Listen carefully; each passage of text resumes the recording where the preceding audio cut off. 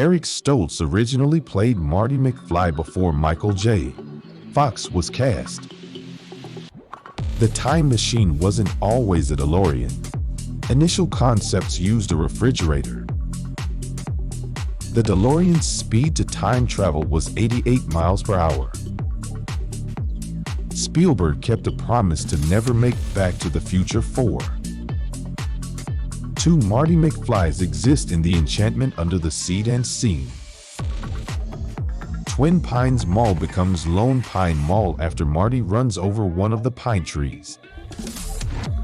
The hoverboard scenes in the sequel were achieved using wires and careful camera angles. Ronald Reagan was amused by Doc's disbelief that he's the president in 1985. Crispin Glover didn't return for the sequels due to a pay dispute. The dog Einstein was the first time traveler in the series. The flux capacitor was invented when Bob Gale hit his head on a sink. Biff's Casino in Part 2 was inspired by Donald Trump's real-life persona. Marty's band audition song is the same he plays later at the dance. Doc's iconic line, "Great Scott," was improvised by Christopher Lloyd.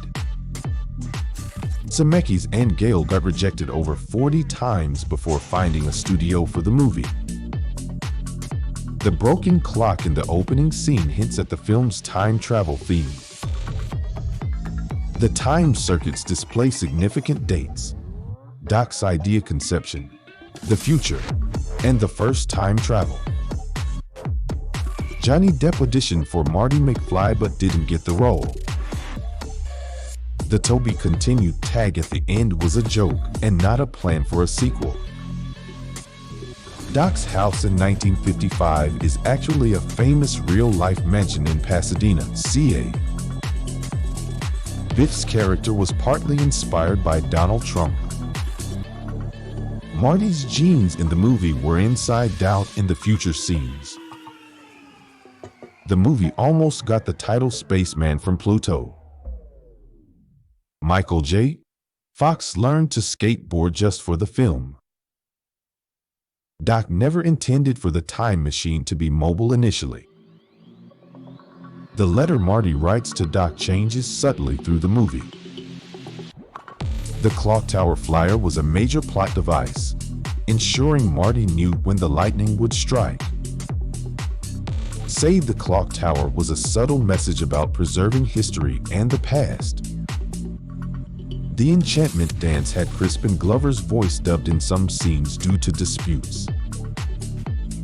Back to the Future Day is October 21, 2015, when Marty travels to the future.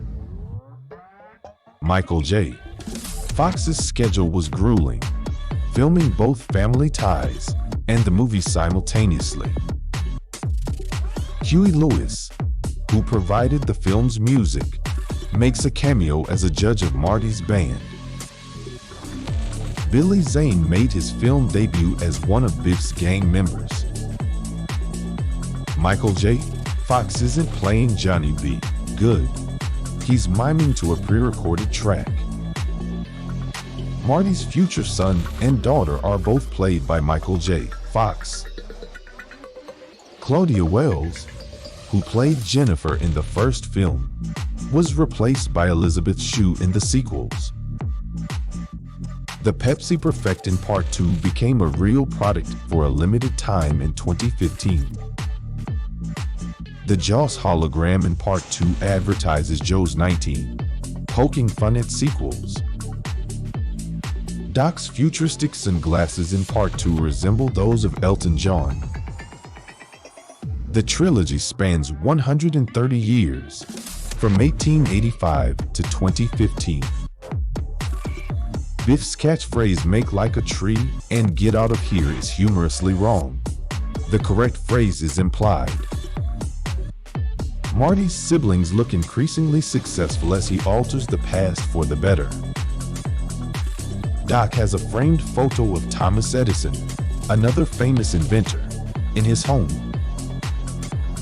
The word gigawatt was mispronounced as gigawatt in the film. Doc's first experiment was reading Marty's thoughts, but it didn't work. The time machine has a barcode license plate in the future. The Pizza Hut dehydrated pizza in Part 2 became a real promotional item in 2015. Marty's alarm clock in 1985 is the same model as Doc's in 1955. The movie's Libyan villains drove a VW bus, symbolizing their out-of-place presence in suburban Hill Valley. The out-of-time license plate on the DeLorean is now an iconic piece of film memorabilia.